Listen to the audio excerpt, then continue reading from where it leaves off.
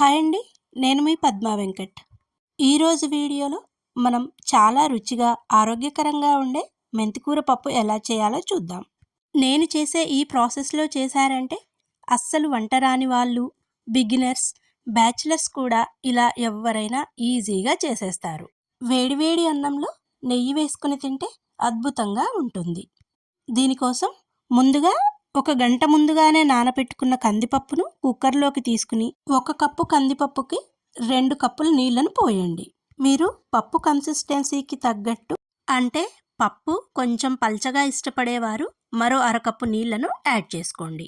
ఇప్పుడు 1 కట్ట మెంతికూరాకును సన్న కాడలతో సహా శుభ్రంగా కడిగి నీళ్ళన్నీ డ్రైన్ చేసి ఇలా సన్నగా తరిగి తీసుకోండి. అలాగే 2 మీడియం సైజు టమాటోలను ఇలా చిన్న ముక్కల కింద కట్ చేసుకొని తీసుకోండి. అలాగే 1/2 టేబుల్ స్పూన్ పసుపు, కారానికి సరిపడా 1 టేబుల్ స్పూన్ కారము, ఉసిరికాయంత చింతపండును కూడా ఒకసారి కడిగి తీసుకోండి.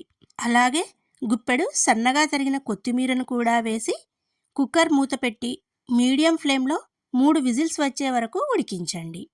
ఈ పప్పులో కొత్తిమీర ఫ్లేవర్ చాలా బాగుంటుంది. చూడండి, ప్రెషర్ అంతా పోయాక మూత తీసి చూపిస్తున్నాను. పప్పు చక్కగా ఉడికింది.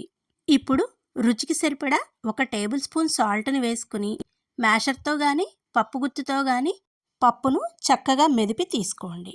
ఈ పప్పును వర్కింగ్ ఉమెన్స్ అయినా బ్యాచిలర్స్ అయినా అస్సలు టైం లేనప్పుడు ఇలా కుక్కర్లో చాలా త్వరగా ప్రిపేర్ చేసుకోవచ్చు. ఒకవేళ పప్పు నానబెట్టుకునే టైం లేనట్లయితే మరో 2 విజిల్స్ ఎక్కువగా పెట్టుకుంటే సరిపోతుంది. ఇప్పుడు తాలింపు కోసం ప్యాన్ హీట్ అయ్యాక 2 టేబుల్ స్పూన్ల ఆయిల్ వేసి, ఆయిల్ హీట్ అయ్యాక 1/2 టేబుల్ స్పూన్ చొప్పున ఆవాలు, జీలకర్ర, శనగపప్పు, మినప్పప్పు అన్నింటిని వేసి లో ఫ్లేమ్లో దోరగా వేయించండి. అలాగే సన్నగా కట్ చేసిన ఉల్లిపాయ తరుగు, వెల్లుల్లి తరుగును కూడా వేసి వీటిని కూడా లో ఫ్లేమ్లో దోరగా వేయించండి. తాలింపు ఇలా లో ఫ్లేమ్లో చక్కగా వేగితేనే పప్పు కమ్మగా రుచిగా ఉంటుంది. ఉల్లిపాయలు, వెల్లుల్లి చక్కగా వేగిన తరువాత 2 ఎండుమిర్చి ముక్కలు, కరివేపాకును కూడా వేసి అవి కూడా దోరగా ఫ్రై అయ్యాక ముందుగా మెదిపి పెట్టుకున్న పప్పును ఈ తాలింపులో వేసి తాలింపు అంతా పట్టేలా చక్కగా కలిపి మరో 5 నిమిషాలు లో ఫ్లేమ్లో ఉడికించండి. అంతే, ఎంతో టేస్టీగా ఉండే మెంతికూర పప్పు రెడీ.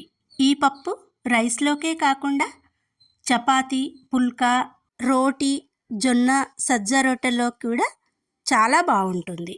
మరి మీరు ట్రై చేసి ఎలా కుదిరిందో చెప్తారు కదూ. అలాగే ఈ పప్పును మీరు ఏ కాంబినేషన్తో ఇష్టపడతారో కామెంట్ చేయండి. Thank you for watching.